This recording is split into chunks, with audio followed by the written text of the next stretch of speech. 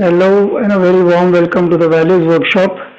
I have the privilege of speaking to a recent friend, but somebody I've known for a very long time online in ways that I study what he is sharing and he's been looking at some of my stuff. Welcome Roshan Shetty to the podcast. Thank you for taking the time. Thank you, Surendra, for having me over here. It's always a pleasure. And yes, recent friend, and I think we are all, anyways, connected mentally and spiritually, or whatever we might want to term that as. But here we are in physical appearance as well, at least virtually. I Yeah, don't know how to define these terms because, presence itself has become such a confusing part today. But yes, it's a real avatar. It's not AI generated avatar, but we are on a virtual platform. So thank you for having me yeah. over. So let's start where you just said something. In a world that is enamored with connection in so many ways. We are constantly in touch with each other, trying to grow and benefit and become influencers of sorts and put out our point of view in the world. And we are so gung ho about what we know, and we go out and it's a world that is changing so fast that we are unable to spend any time uh, pausing to know whether we are right about our own thoughts and our own opinions, our own feelings about things or not. Uh, and this has also been, in a way, exponentially growing because of the uh, constant sense of being at work. So wherever you go, you're meeting friends over chai and you're doing this, so you're selling yourself and you're doing something where you're thinking that you need to make an impact. How do you pause? Where do you pause? I keep asking that question to myself as well. And at least you make the point of meeting your friends and having a cup of tea or coffee. Today we live in a world where even that has become a luxury, right? The simple things have become a luxury because Yeah. we are pulled into so many things. And the confusion about AI and all these new technologies which are coming in. Every technology comes in promising us better life, convenience, but has that really been there? Because today no one is telling us, because if you're able to use AI and if you're able to do your work well, you know, and if you're able to do that in 2 hours, do your work and go back home and take the 6 hours off. No one is telling that to us, right? Instead, what it has happened is, okay, now you used to do this work in 8 hours, and now because of AI or Chat GPT or whatever the tools are, you are able to do that in 2 hours. So do four times your work. But and in fact, it has gone beyond 8 hours as well, because I don't think today the template of 9 to 5 ever exists. It had diluted years back, but now I think it's in full force. And like you rightly said, with digital platforms available, devices available everywhere, you can do so many things with your smartphone. So you are expected to operate out of any device that you have on the move, on the go. And it becomes very difficult to take that pause, like you asked. But now this has to be done consciously, right? Maybe 15, 20 years back, it was a subconscious thing because life was designed that way, where you work 9 to 6, 9 to 7, maybe, come back home, spend time with family, do some of the chores. On the weekends, you have an off to recharge and, revamp yourself. But today, you have to do that consciously. So, what I tell people is that you don't have to plan. And by design, we just plan for a work day that I will reach my work office at so and so time. I will first, as I reach, I will check my emails. I will get into these meetings. I will complete these tasks that I have, and then come back home. So the planning that we do was only for those 9 hours. But now consciously, we need to plan for the entire 24 hours of the day. We need to say that I will move out of the office at 6:30, or I will complete whatever work I have evening. I will not get into work beyond 6:30 or 7. This much time I will dedicate or devote to my family, to my kids, to my parents, whatever it is. And there is this much time that I keep to myself, where I am immersed in some kind of learning, in some kind of even entertainment, right? So we need to consciously plan for the 24 hours of the day, because otherwise you will just be sucked into this system. You call it a matrix, you call it uh, Hmm. a thing that has been designed, you call it capitalism if you have to.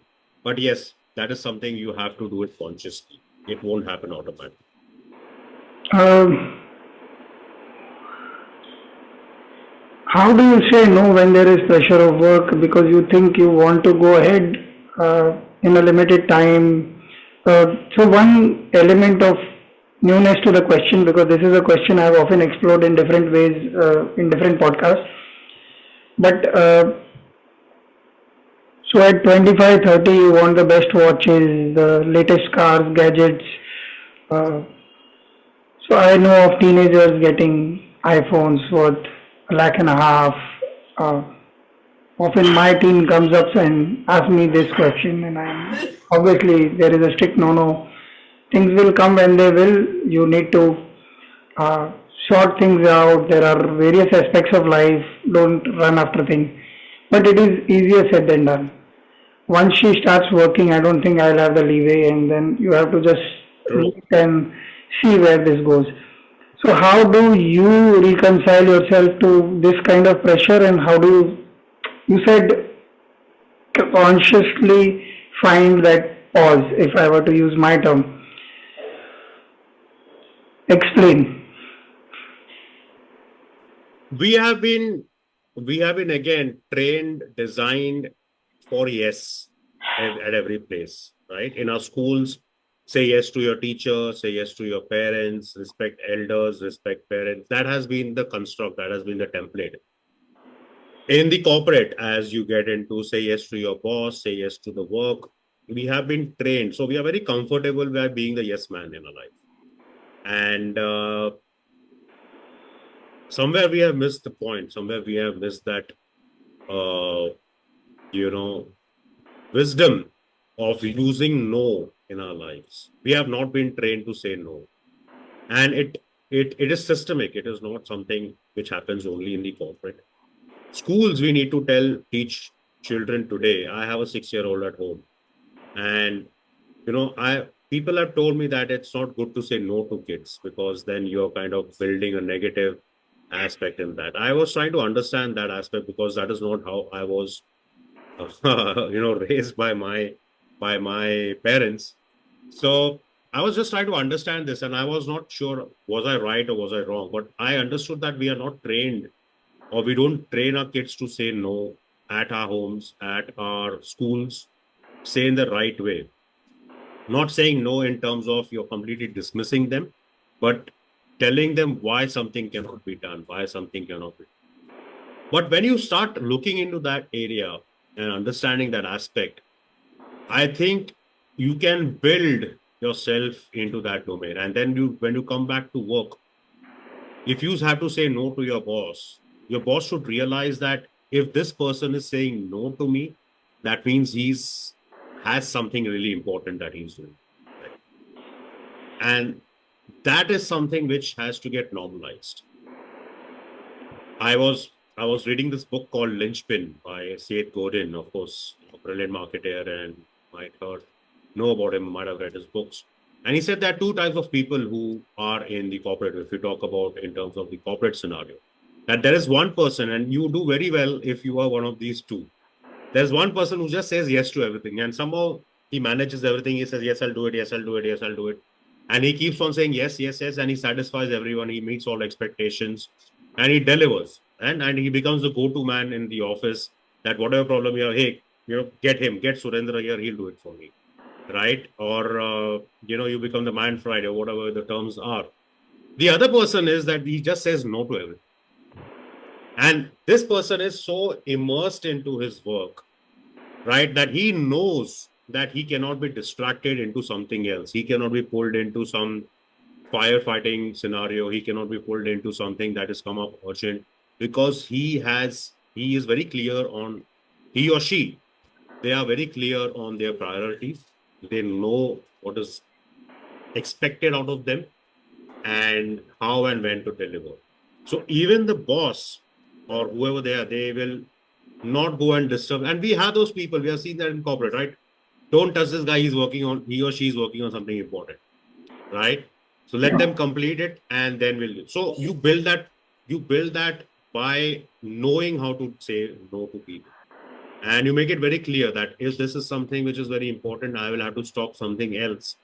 And that might impact my quality, that might impact my work.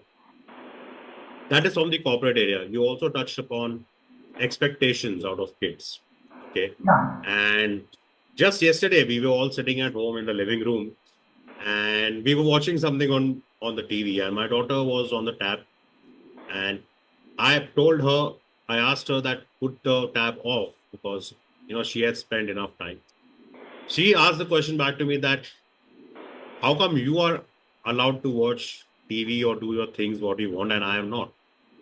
And the thing is that I said that you cannot compare myself to you, right? Because at your time, I would just watch TV for this. So the question of having the iPhone, and I said, once you are independent, once you prove to me that you are independent, you don't have to take my permission. The decision is up to you on what you want to do. But now, because you are not at that stage, then, I will come and help you or intervene wherever it is required. So the question of getting the iPhone for the person or getting whatever they ask, I think it requires a deeper reasoning with that individual, and that makes that process of no easy to communicate. As a parent, I can tell you, you have interesting times ahead. Yeah, absolutely. And with the daughter, so you just Yeah, don't know what is there you're offering here. yeah. Uh, you did mention these two kinds of people. It was running in my head that saying no, you also risk being unpopular. So it's not always that you are focused on your work and you will end up being successful in whatever project you picked up. There are failures, obviously, there are failures in everybody's life. Um, so you pick up a project, you're working on a pitch, the pitch doesn't go through, uh, or you picked up a project that nobody else wants but is in your lot at that point of time. You spent a lot of time. In my case, there was one particular project that I had proved myself when nobody was there and it was a hit project. Same kind of project came again and by now I was completely lost because that was luck by chance. I did a good job. This time around there was a lot of pressure that you have to do it like that. And nobody came in and it flopped very badly and didn't give the results that were required. And there was just a lot of discussion on that particular project. Uh, at that point, I found myself quite isolated in terms of people. So everybody came to inquire what's happening, how are you doing? We have this big meeting lined up. But when you tried to say that you were facing some problems, they kind of didn't believe you or they didn't want to get down that route where they had to make a contribution. So if I wanted your help, say, let's discuss this, I'm getting stuck here. Nobody was interested. You are a star, man. Last time you had done a wonderful job. The client has loved it. So it became a kind of the isolation was the problem. The job and not fulfilling it or getting stuck somewhere was part of the process because that happens with creatives in many jobs. But at that particular time, it was like there was also a repetition to live up to and wasn't happening. So while I was trying to tell them, look, this is not the same kind of thing, and this time we have gone bonkers because the client has also not been very clear, and I am unsure about. But there was nobody who was willing to listen. So my question is about more about isolation and that loneliness of standing up to what you know in your experience, and you are trying to face this. My experience was obviously a different kind of experience, but there are times when there are people who choose their projects uh, and demand time, attention on their own terms. So how do you go about dealing with that? Have you yourself faced a problem like that where you are focused and you find that you are not able to deliver for a while? Obviously, you can't long term if you don't deliver, you are anyway thrown out of the job. That's true for everyone. But I'm saying in the short term, how do you manage that emotion, that feeling, that bullheadedness? No, I will see this through. I was in the beginning, I was introducing myself and I was telling about the things I have done. And I said, I have done multiple things. And yes, I have been in those scenarios in my corporate working for 2 decades, and I've handled different areas. I've worked in different industries. That kind of helplessness uh, does kind of come into place. And what that helplessness does is it creates that doubt within you, right? And something that we also call it as learned helplessness. Oh, That that there's this activity where there are two groups which are created, and there are some words which are jumbled up and given to two groups. yeah. You might have seen that video, right? And the trainer asks the person, okay, the first group has easy words in the beginning, and the second group has got difficult words in the beginning, and in the end, so both have the same set of group, but the words are in a different order. The first group are able to solve it confidently, and because of that confidence, they're able to solve the difficult word puzzle as well. But the second group, in the beginning itself, they are faced with a difficult word. They're not able to move ahead.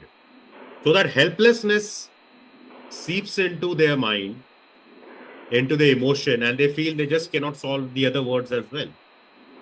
Right? So that is a very real thing, that when you are into something new, when you're lost into something, there is that helplessness which comes into picture. And maybe you are that kind of a person, like you said, you have created an aura for yourself, or there are some expectations out of you that you can always come through this problem, right? And it becomes difficult to go and ask for help as well. I think the one area is fall and learn, fail fast, fail early, as you say. Even if you don't know, you might as well do it. And then there are multiple modes to deal with it, right? So one is that you fail fast, fail early.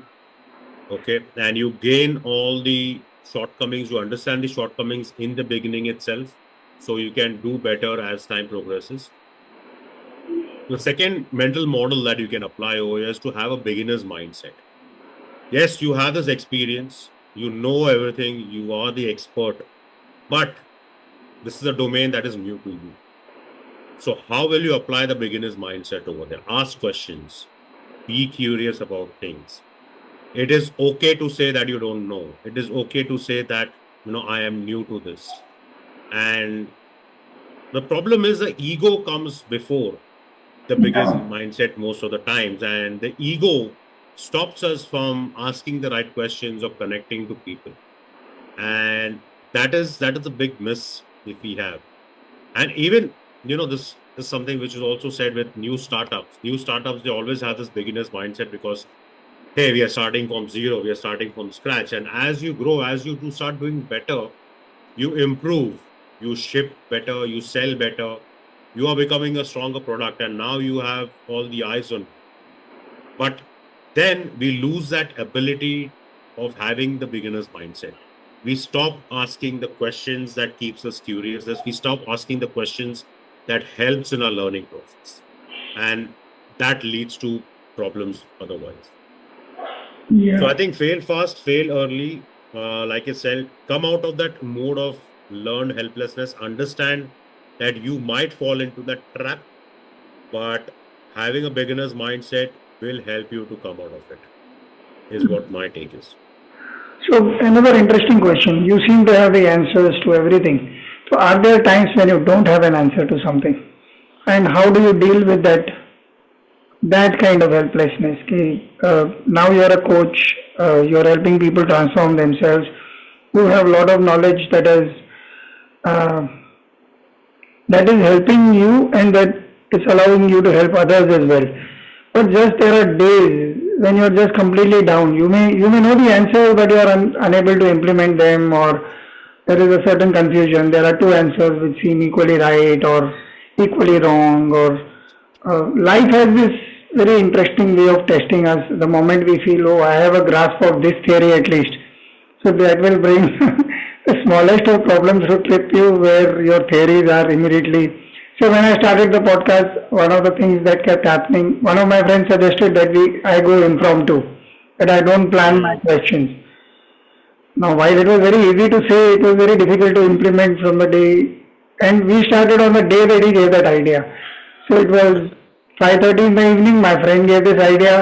At 6, we were about to record. I told my friend, who was at that point, she was my only guest in every episode. She said, "Oh, let's do it." And then later she was saying, "You put me in a soup. You are asking things that I didn't imagine you would." And I would also, so we didn't have too many plans either. We just had some pointers, okay, we can talk about these things. But there was none at this point. How do you deal with not having an answer in the moment? And is there any nervousness, anxiety about the not having answers? And it might be not necessarily a corporate issue. It might be that Hmm. you have to drop your wife somewhere and you have to pick up your kid from school at the same time. You don't realize you've given them the same time.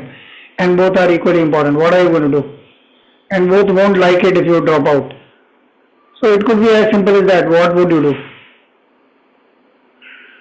For the initial question that you asked, that if you don't have an answer, so you have Chat GPT today.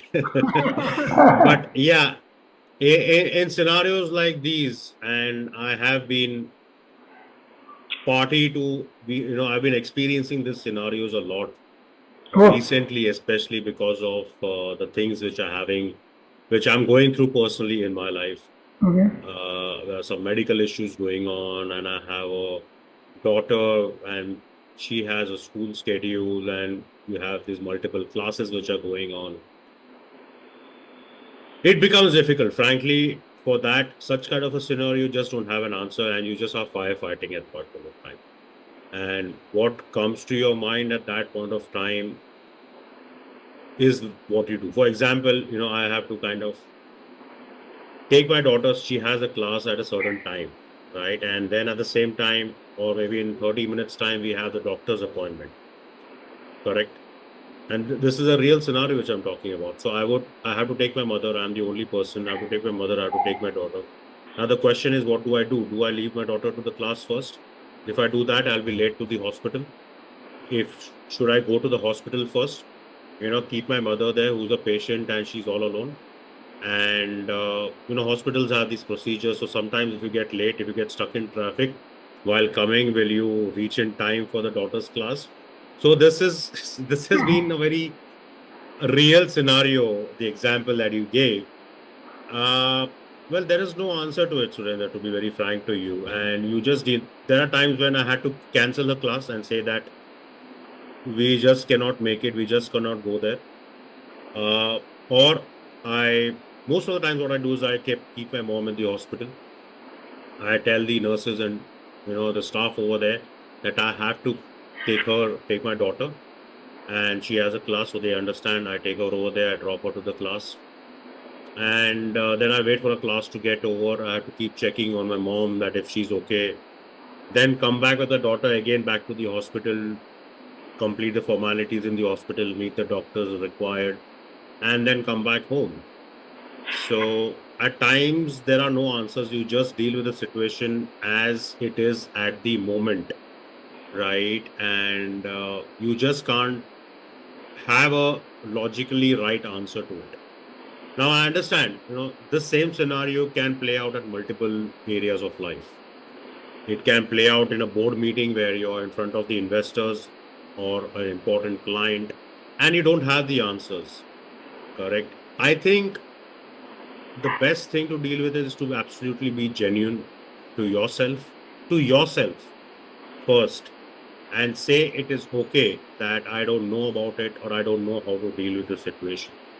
Because as we say, the old wisdom that if you lie or if you say something wrong, you'll have to, give out 10 other lies after that. So Yeah. don't do that. For the listeners, don't do that. I think be absolutely genuine, absolutely frank with your client, that you know that. And if the client also values you and is genuine with you, he will appreciate. They will appreciate, he or she will appreciate the vulnerability that you are displaying at that point of time. And that is okay. One of the clients, and again, there for me, I try to see it in a way that there are positives and then there are learnings. And I will want to give another example of this. I had a client who signed up and she came to me. This was the coaching which I do, right? And she came to me and said, I have this problem with communication at work. And there is someone who came and told me, I don't like your resting bitch face. Okay. So she came and asked me, she made this comment to me, and how do I respond?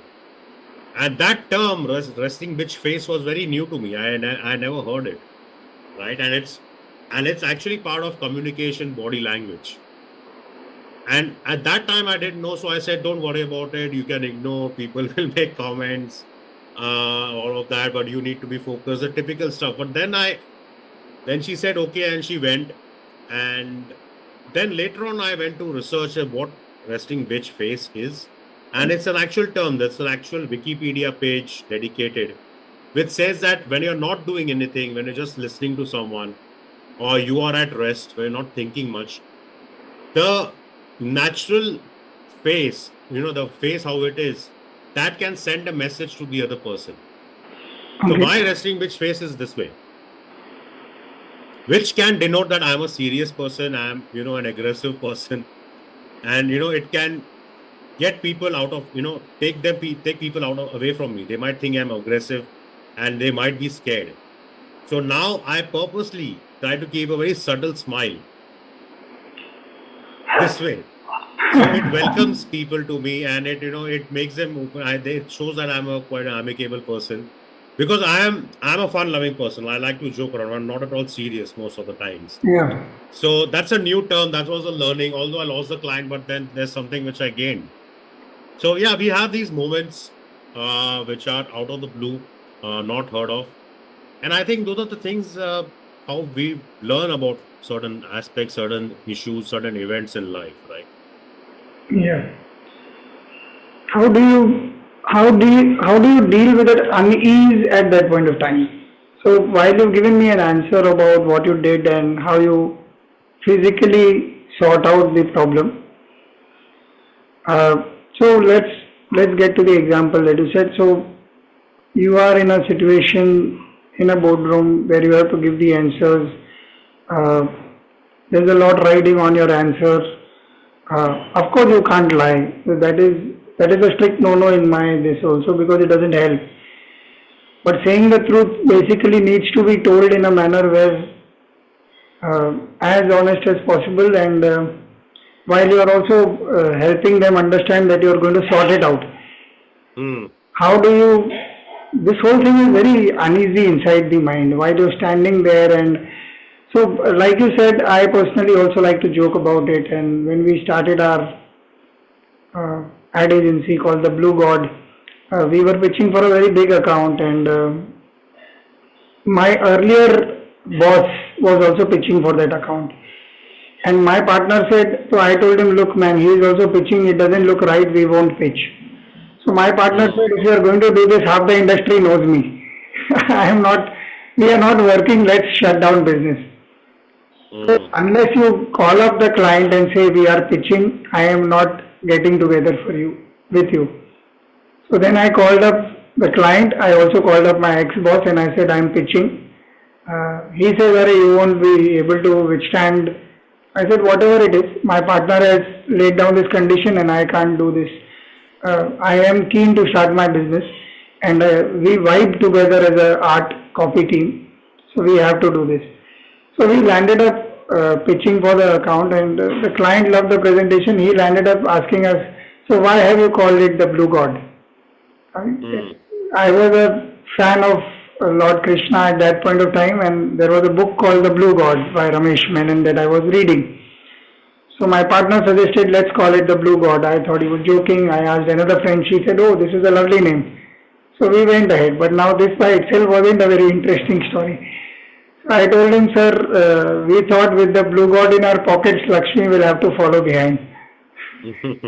So he laughed, and we kind of befriended him for a little while. The Mm. account didn't come to us because we didn't have the size. We were going to be a creative shop Yeah. deliberately.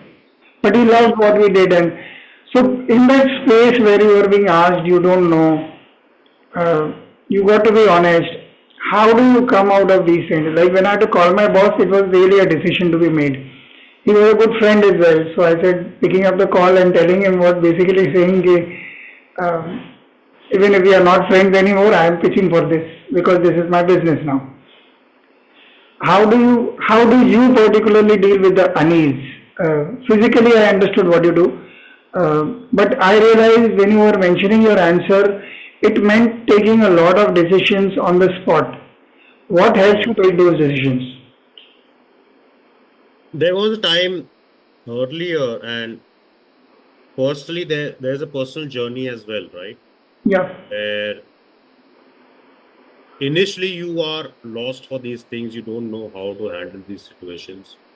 But in that personal journey, and especially, when my profession also calls me, requires me to read, deal with situations, deal with emotions, right?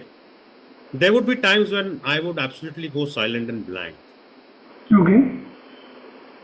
right? But the important thing is, are you guilty about it or are you ashamed about it? Okay. Because vulnerability, it can have two emotions, right? You can feel guilt, अरे बाप रे यार, ये ऐसा नहीं करना चाहिए, you know, okay, I should not have done. But at that same time, you realize, okay, you want to learn. So next time, if you come across that situation, what can you do? Okay, so next time, अगर मैं आता हूँ and I'm lost, maybe I will, react in a better way to them. Okay, but being ashamed is at that point of time, that emotion is that, oh my God, I don't know, मुझे पता नहीं, and you try to hide behind a wall. Yeah. That is problematic because the moment that emotion goes away, that uneasiness goes away, you don't want to learn. You just come back to being the same person you were. So you're saying acknowledgement is important. Absolutely. Absolutely.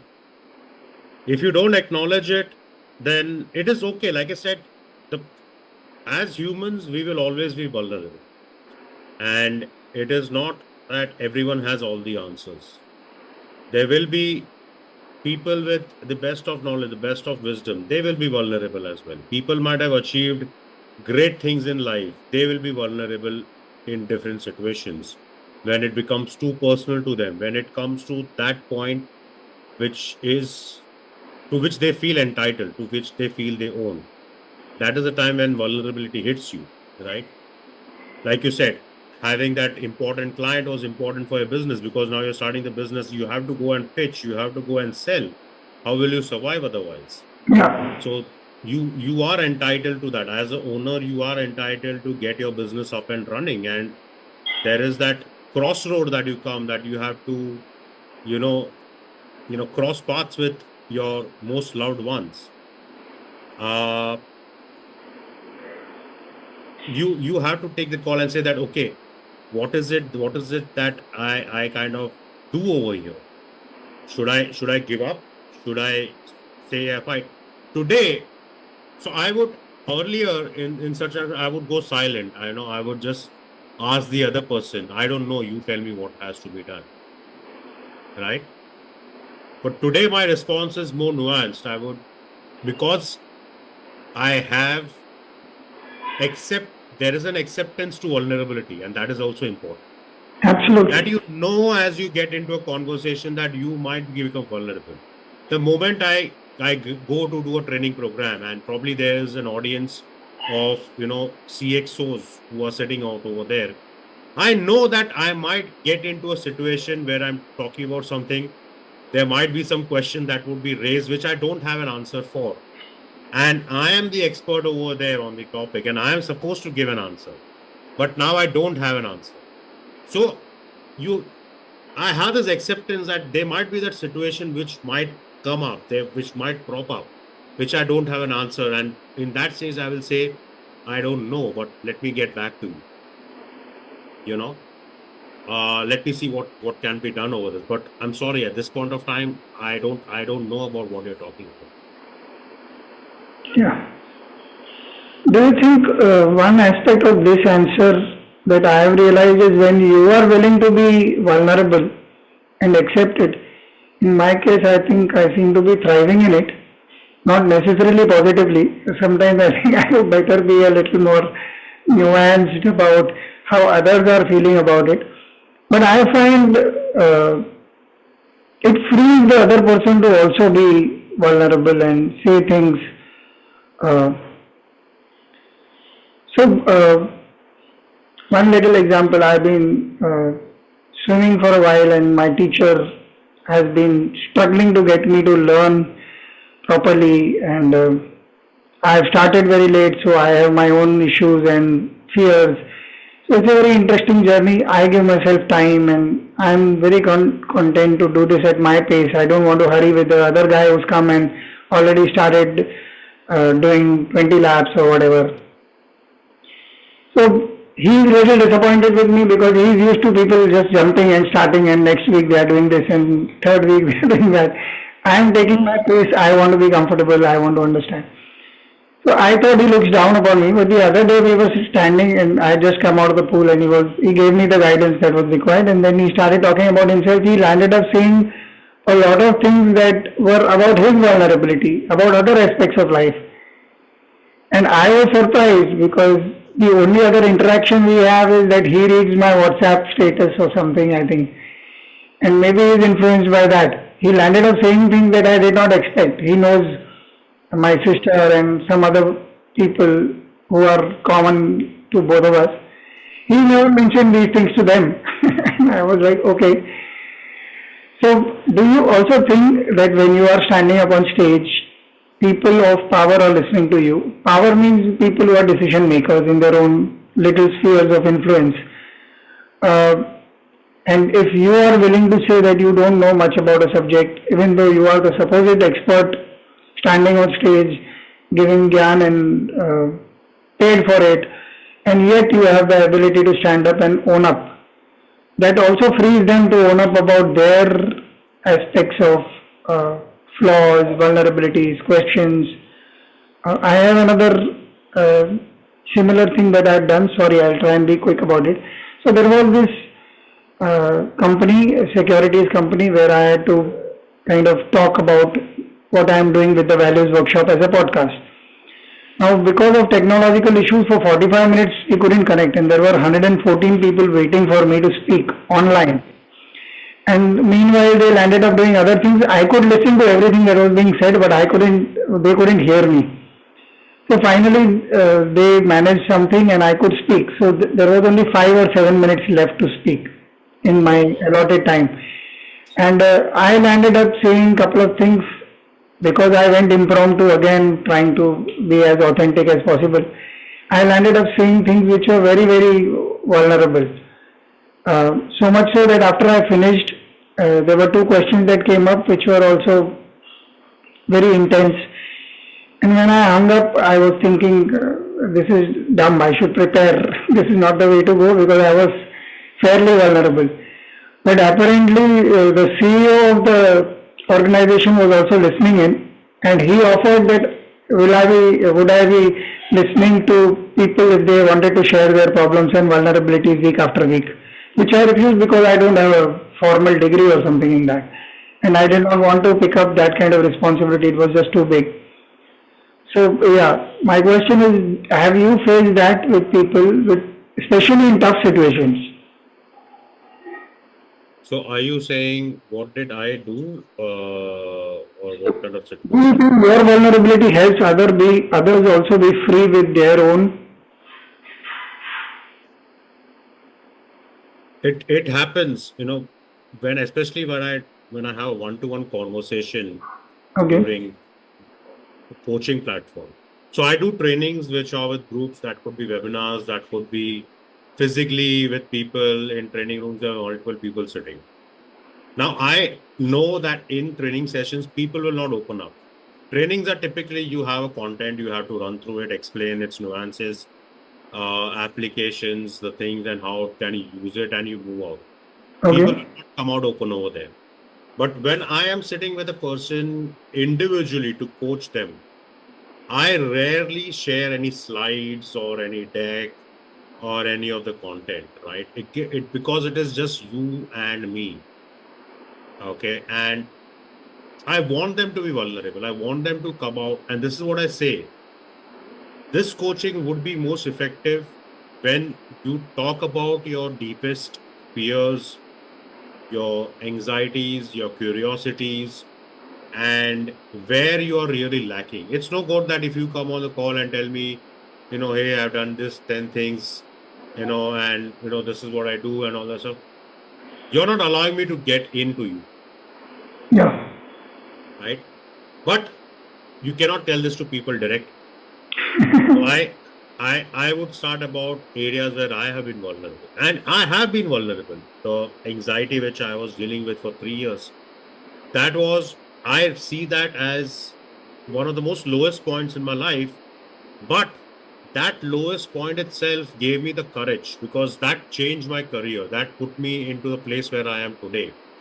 Had I not gone through that, I would still continue with my job, maybe get promotions, maybe move in the corporate ladder and keep doing the things which I was doing for past 20 years. Correct. And because of the anxiety, the anxiousness, I developed certain fears, and it became chronic. It became serious. I could not stay alone anywhere. I could not even drive alone. Right. If I knew that to drive, I used to hire a driver so that, I have someone with me. It went to that extent.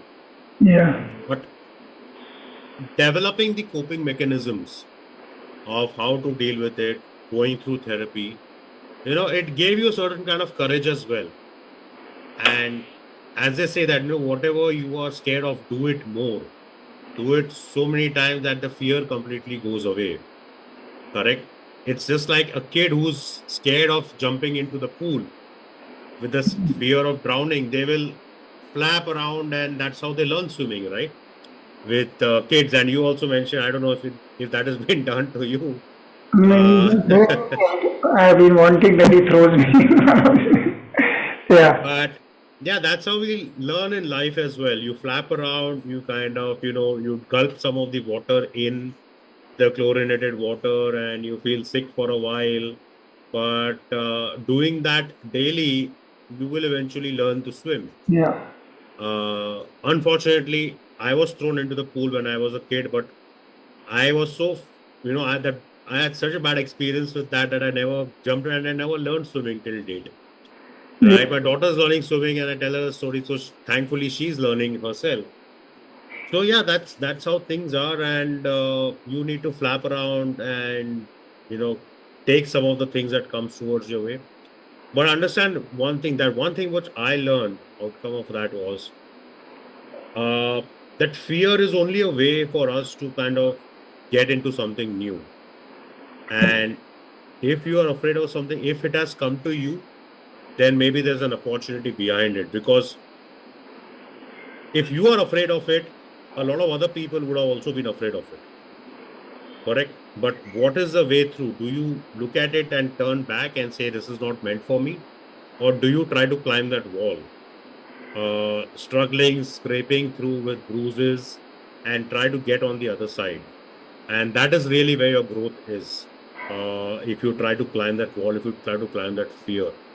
And as the quotation, is always there, if you're always do it. And if you're scared, do it scared. Oh, wonderful.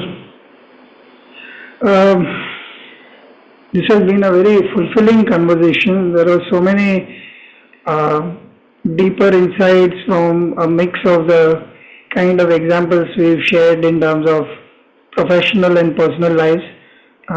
Thank you so much for your time. I think I'll find out some more topics and engage you at some point again. Uh, for now, this is it with me. Thank you so much. Great question, Surender. I really enjoyed. I think you also made me vulnerable asking questions on vulnerability, and it is a good stimulant to the brain, something that stimulates you, something out of the blue. So I thoroughly enjoyed, and I look forward to being here again. Thanks so much. Thank you. Bye.